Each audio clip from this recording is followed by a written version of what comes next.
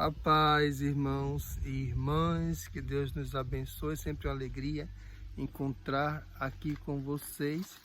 Eu falo mais ainda com relação a quem deixa um comentário, a gente pode assim interagir um pouquinho mais, tá certo? Agradeço muito já desde já, também você que compartilha os nossos encontros e ao mesmo tempo já convido também você que não é inscrito, se inscreva no nosso canal. É sempre, não gosto muito de ficar pedindo isso, mas é importante a gente falar. Quando eu falo aqui e peço se inscreva, sempre tem mais inscritos. E se eu não peço, não tem mais inscritos. Então, é como doação, né? Nós que vivemos aqui também da Providência, se nós não pedirmos, as pessoas não vão saber o que está faltando.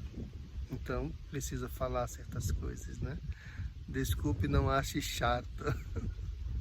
Em nome do Pai, do Filho e do Espírito Santo. Amém. O sinal da cruz nos coloca na presença de Deus. E agora que estamos assim, na presença de Deus, Ele forma um círculo entre nós e Ele, para ficarmos bem protegidos, não é? Bem protegidos das tempestades da vida. Peçamos à Mãe de Deus, ela que é rainha, Deus mesmo a coroou. Peçamos à Mãe de Deus que nos ajude nesse encontro com Jesus. Ave Maria, cheia de graça, o Senhor é convosco. Bendita sois vós entre as mulheres, bendito é o fruto do vosso ventre, Jesus. Santa Maria, Mãe de Deus, rogai por nós, pecadores, agora e na hora de nossa morte. Amém. Falar de Jesus é falar de quem se ama. E quando nós falamos de quem amamos, nós ficamos meio que bestas, né? Meio abobados para falar de nosso Senhor. Mas é a verdade. Convido você também, meu irmão, minha irmã, a refletir sobre isso e a aumentar o seu amor a Deus. Vivemos em tempos onde é preciso amar mais a Deus, cada vez mais, e isso é um dom. Por isso que na nossa campanha de oração, a troca de corações, nós pedimos isso, para que nosso Senhor dilate o nosso coração, para que, aumentando então o nosso coração, a gente possa amar mais, amar como convém. Então Jesus está aqui na barca com os discípulos, estão atravessando o mar.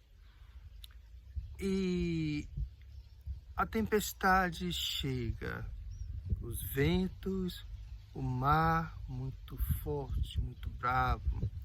Começa então a sacudir a barca, começa a entrar água. Os discípulos têm medo. É interessante a gente primeiro perguntar uma coisa, se questionar sobre algo. Os discípulos, a sua maioria, eram homens do mar, eram pescadores. Eu não sou pescador, mas nasci numa ilha, cresci na praia e gosto muito do mar. E vi a ciência dos pescadores. O pescador, ele sabe olhar o horizonte, sabe fazer certas previsões curtas, né? Então ele conhece onde está o peixe, ele tem a ciência. Os pescadores têm uma ciência própria daquele ofício. E claro que diante de uma tempestade é uma situação muito difícil de se enfrentar.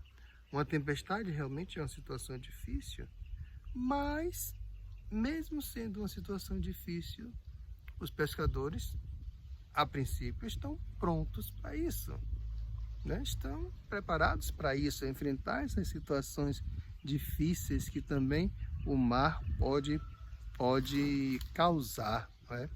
As surpresas do mar. Mas veja bem, o que é interessante a gente olhar para esse encontro. Eles sabiam, claro, Jesus estava também na barca. Jesus era o líder dos apóstolos. Líder dos apóstolos. Então, eles delegam para Jesus a decisão para resolver a situação, deixa com Jesus resolver. É interessante a gente já perceber isso. Claro que também não foi simplesmente assim uma decisão, não vamos deixar que ele resolva. Não, eles estavam desesperados. Foi uma coisa mesmo assim, muito movida pelo medo. E aqui é um ponto forte desse encontro, dessa meditação. Porque Jesus vai exatamente criticar e vai repreender os discípulos, porque eles não tiveram uma atitude de fé diante de uma situação adversa. Primeiro ponto para a gente aprender com Jesus hoje. Primeiro ponto. Em uma situação adversa, em uma situação difícil, é preciso que primeiro tenhamos uma atitude de fé.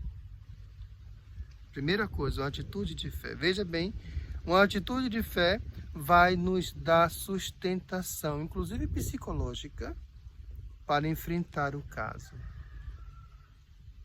Mas, como eles não tiveram essa atitude de fé, então o que é que sobreveio? O que é que dominou e dominou mesmo a situação?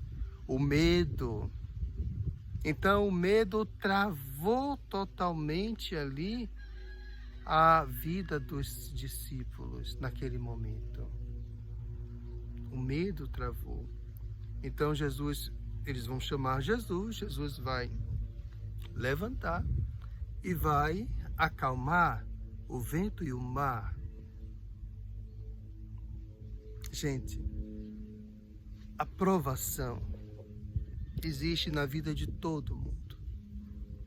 É interessante a gente pensar que também aqui os discípulos, né, foram provados sim, mas é importante a gente pensar, veja como Jesus é bom até nestas horas.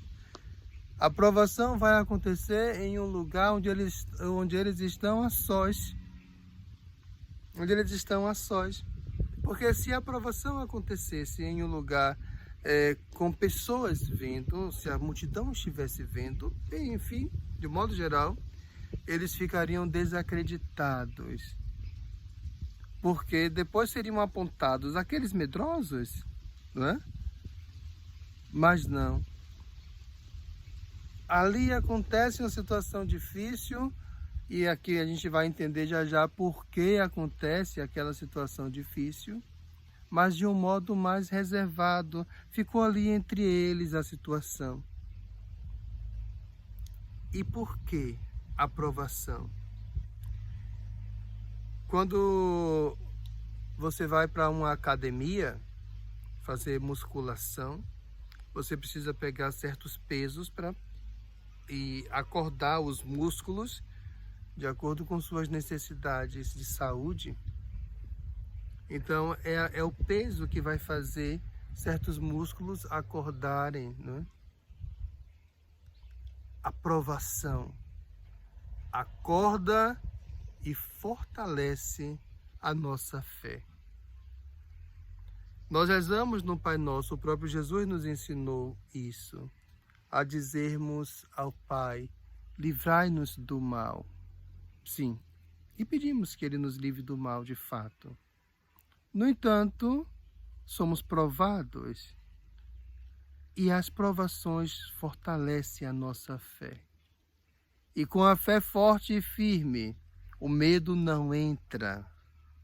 O medo não entra porque a sua fé é forte e firme.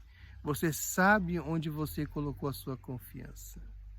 Que Deus nos abençoe hoje e sempre. Em nome do Pai, do Filho e do Espírito Santo. Amém.